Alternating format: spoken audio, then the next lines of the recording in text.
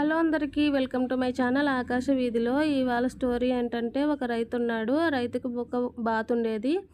ఆ బాతు రోజు ఒక బంగారు బాతుగుడ్డు పెట్టేది.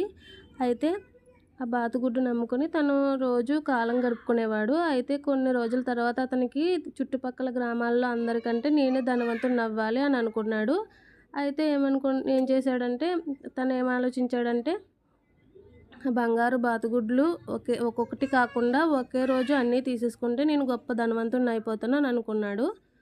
అయితే చాకు తీసుకొని బాతుని కడుపు కట్ చేసేసాడు. చూసేసరికి ఒక్క గుడ్డు కూడా లేదు. అప్పుడు బాతు చనిపోయింది. అప్పుడు ఆలోచించాడనమాట, అయ్యో నేను రోజుకొక గుడ్డు పెడితే నేను తీసుకొని అమ్ముకొని కాలం గడుపుకునేదాన్ని, ఇప్పుడు అది కూడా లేదు అని చెప్పి ఆలోచించాడు.